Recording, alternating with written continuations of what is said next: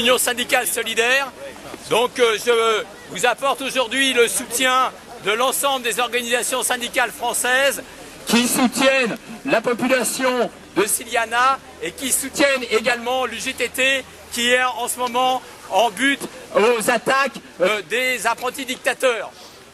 Donc aujourd'hui c'est particulièrement émouvant de se retrouver à nouveau à côté de Sami Tari. Donc l'UGTT nous a fait l'honneur de nous envoyer un des responsables nationaux de l'UGTT. Bon, il se trouve qu'il y a 4 ans, il faisait à peu près aussi froid. Nous étions ensemble au début du procès de Gafsa, où la population déjà se battait contre le chômage, se battait contre le népotisme, contre les passe-droits. Et il est malheureux que 4 ans après le début des procès de Gafsa, la population tunisienne doit à nouveau se battre pour des revendications à peu près comparables. Eh bien, comme en 2008, ils sauront trouver une partie de la population française, ils sauront trouver notamment le mouvement syndical à leur côté, puisque pendant toute la période des procès de Gafsa, les organisations syndicales françaises ont à chaque fois envoyé des observateurs et qui, d'après ce que nous ont dit les Tunisiens, unanimement, a été utile pour la poursuite de cette lutte. Le deuxième souvenir, c'est il y a 2 ans. Il y a 2 ans, je pense qu'un certain nombre d'entre vous se souviennent, il faisait encore plus froid qu'aujourd'hui et nous étions au début pas très nombreux ici à la Fontaine des Innocents. Avant, nous avions été dans différents métros près du consulat, etc. Et c'est ici, à la Fontaine des Innocents, que le premier rassemblement avec un minimum de caractère de masse a pu avoir lieu. Et ensuite, il s'est amplifié et a pu se développer parallèlement à ce qui se passait en Tunisie.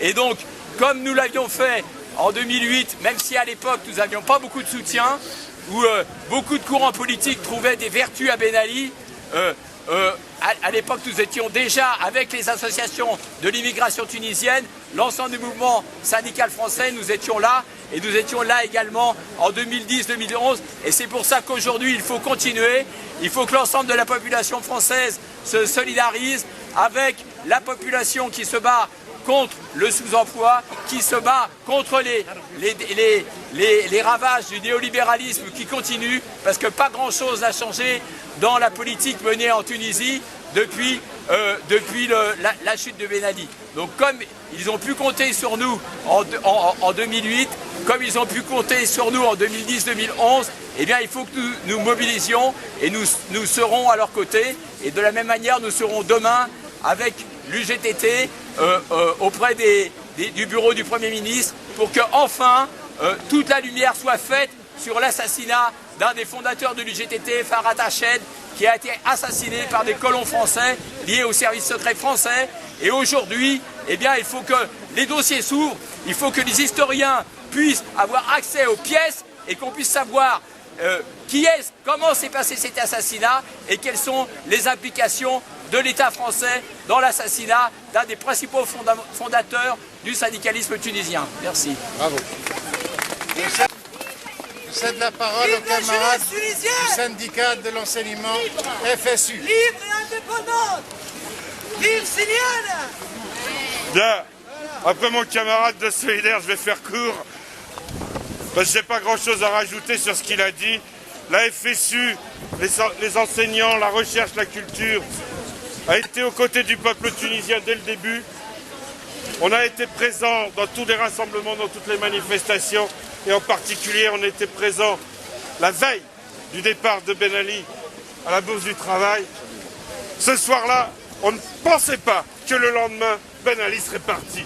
Et le lendemain matin, je peux vous dire, on a partagé une joie. Voilà. Et mes camarades, aujourd'hui, c'est tout ce qui s'est passé à ce moment-là qui est remis en cause et qui est en danger. Il faut se remobiliser aux côtés des travailleurs tunisiens, de leur centrale, l'UGTT, pour poursuivre et gagner cette bataille. Merci. Merci. Camarade Jacques Fat du Parti communiste français. Écoutez, nous sommes restés pendant tellement d'années aux côtés de nos amis tunisiens qu'aujourd'hui nous n'accepterons pas comme parti politique, comme parti communiste français, que cette révolution, cette victoire du peuple tunisien, elle soit reprise par un régime théocratique qui écrase les libertés et qui tire sur le peuple. Cela, nous ne l'accepterons jamais. Donc, oui, parce que pendant des années, nous nous sommes trouvés aux côtés des démocrates et des progressistes dans tous les rassemblements. Et c'est vrai, comme l'a dit mon prédécesseur, nous avons été souvent seuls, avec les syndicalistes, avec d'autres partis, à nous battre pour qu'enfin cette dictature de Ben Ali tombe. Et oui, le 14 janvier fut une grande date pour les Tunisiens, mais aussi pour nous. C'est aussi pour nous, progressistes français, communistes et autres, une sorte de victoire de la solidarité et du soutien. Donc, je réponds à l'appel de notre ami tunisien de l'UGTT. Vous nous avez dit oui, il faut que les forces progressistes françaises soient à nos côtés. Eh bien oui, je le dis au nom du Parti communiste français, mais je suis sûr qu'il y a beaucoup de forces ici, politiques, associatives, syndicales, qui pensent comme moi et qui feront comme nous.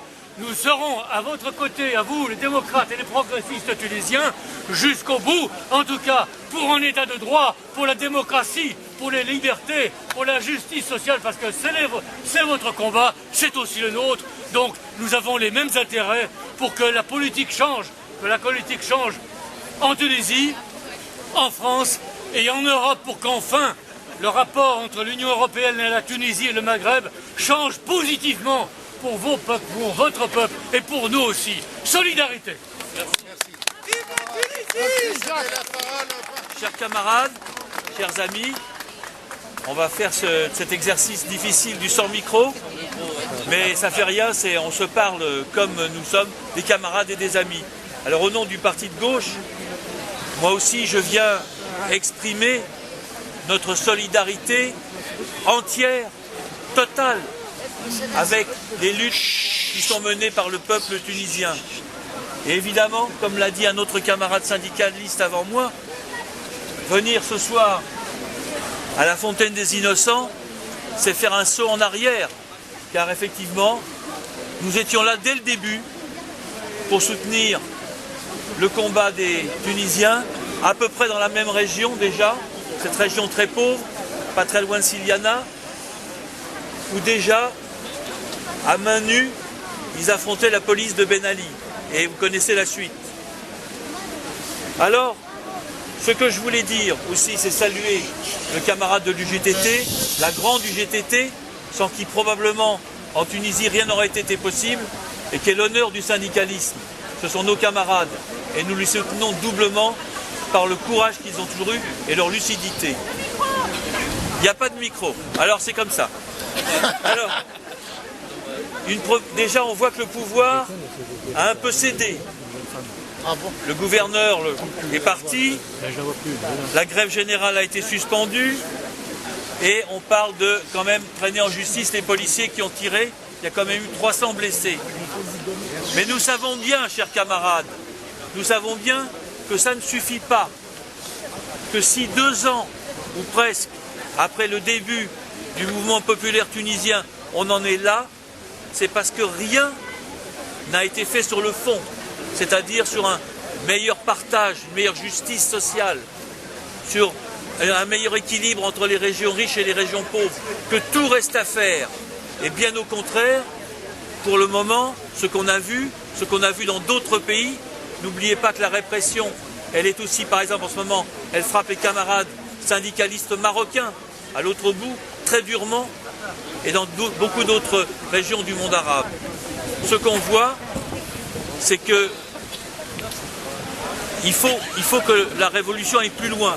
Et au contraire de ça, on a un pouvoir qui est aux mains d'un parti qui est un parti islamiste, les frères musulmans.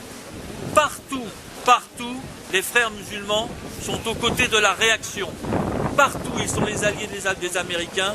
Partout, ils sont aux côtés, ils promeuvent le néolibéralisme. Et tant qu'ils seront au pouvoir, rien ne changera. Ça veut dire que le combat, il est devant nous et qu'on est encore très loin des changements profonds qui sont indispensables.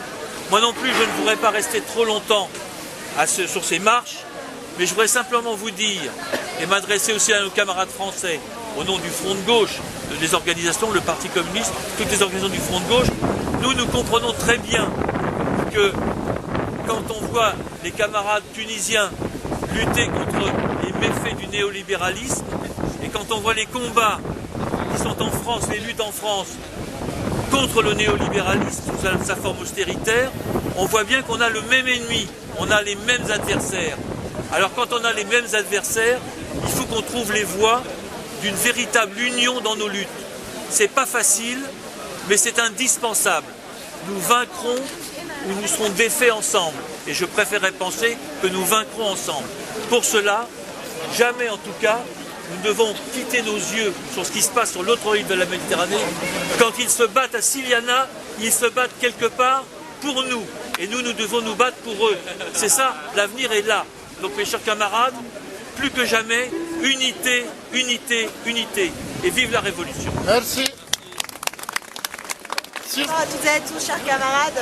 Oui, on est là ce soir avec vous parce que pour nous, le combat internationaliste, c'est le premier d'entre eux. On est là parce que la démocratie, elle doit être respectée. Elle a été respectée et elle a été acquise par le peuple tunisien récemment. Elle ne peut pas être reprise du jour au lendemain comme ça. Il faut que les peuples continuent de se battre. Et nous, on est là aussi pour le dire haut et fort en France, là où on a cette liberté d'expression. Elle est chère. On sait qu'elle nous est chère, qu'elle doit être accessible à tous et c'est pour ça aussi qu'on veut que la lutte aussi pour les droits syndicaux, aussi pour des conditions économiques et sociales bonnes pour l'ensemble des salariés, pour l'ensemble des jeunes en Tunisie et partout dans le monde, eh bien elle soit aussi respectée cette lutte et qu'elle ne donne pas lieu à des violences parce que autant nous combattons les violences des citoyens entre eux, nous combattons aussi les violences et surtout les violences des États sur les citoyens, ne les acceptons pas et c'est pour ça que nous sommes ici ce soir avec vous pour porter aussi ce message d'espoir parce que, comme je le disais, ce combat internationaliste, on le mène avec vous et on le mène au quotidien, aux côtés aussi des organisations partenaires en Tunisie et dans le monde arabe de manière générale. Voilà. Merci. Bon, je vais céder la parole à mes camarades tunisiens. Premièrement, tout ce qui a été dit par Tarek Benheba au nom de ce collectif associatif et au-delà des représentants du parti politique tunisien, j'y adhère, mais je veux dire pour une chose, pour ceux qui n'ont pas vécu cela, il y a plus que 40 ans, que je me suis engagé lycéen.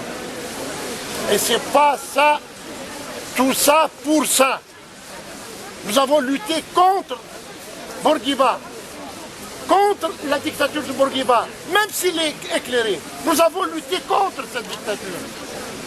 Nous étions lycéens ou des étudiants.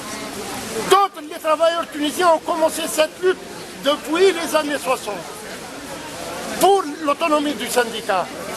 Nous avons lutté aussi contre Ben Ali. Et nous avons payé cher en Tunisie et cher ici. C'est notre jeunesse qui a été capturée. Certains parmi nous ont passé 10 ans en prison. On oublie cela. Que les démocrates et les gens de gauche ont payé très très cher. Et qu'à un certain moment, dans les années 70, ce même parti était en connivence avec le pouvoir. Ce même parti, il y a des gens, parmi les Tunisiens, n'osent pas dire que c'est des fascistes. Oui, ce sont des fascistes. Il n'y a pas, ce sont des verts bruns. Il n'y a pas autre chose à les qualifier. Ceux qui ont organisé des milices qui s'appellent des comités de défense, faussement défense de la révolution. Ceux qui n'ont cessé de justifier l'action des salafistes et des djihadistes en Tunisie. Ceux qui ont libéré, qui ont imposé au premier gouvernement l'amnistie générale même pour les terroristes de la région de Hamamlif et la banlieue de Tunis. Ceux qui ont tué des policiers et des soldats comme ça. Ceux qui ont répété les mêmes coups, que ce soit à Bir Ali Ben Khlif à côté de Sfax, ou bien dans le sud-ouest, à côté de Houria, ils ne sont pas jusqu'à maintenant jugés. Nada ne fait que passer sa main dans le sens du poil sur ces gens-là. Tout ce qui intéresse Nada, c'est de se cramponner au pouvoir. Je pleure pour des gens démocrates que j'ai connus et avec lesquels nous avons lutté dans les années 70 et 80 jusqu'à nos jours. Je pleure pour ce... On a une autorisation. C'est quoi ça? Qu'est-ce que ça veut dire Takatul soit à côté de ces gens? Il n'ouvre pas sa gueule. Qu'est-ce qu'ils foutent dans ce parti-là? Qu'est-ce que les gens du CPR foutent dans ce parti? Nous, dans ce gouvernement, la question aujourd'hui pour nous, il n'y a pas autre chose. Nous savons que la situation de la Tunisie, elle est très très difficile. Il y a d'un côté la Libye avec ses frères musulmans et ses djihadistes. Il reste des restes du GIA en Algérie. Nous sommes quelque part cernés. Notre grand espoir, c'est dans notre peuple lui-même. Ce peuple qui refuse, lorsqu'il s'est révolté, il est sorti des maisons, contrairement à d'autres pays arabes. Notre révolution s'est faite dans les locaux, à partir des locaux de l'UGTT. Aucun mot d'ordre religieux n'a été levé. Ils ne se sont jamais présentés dans la rue, ces gens qui nous gouvernent. Ils étaient à Tunis. Ils n'ont fait aucune déclaration pour appuyer. Ils avaient, même 2 ans avant, ils marchandaient avec le pouvoir. Voilà, camarades, pourquoi il ne faut pas les croire. Actuellement, ils essayent de mailler toute la Tunisie avec des préfets et sous-préfets de leur côté. Actuellement, dans l'immigration, ils vont même jusqu'au poste d'attachés sociaux pour les mettre à partir de nada, des éléments de nada.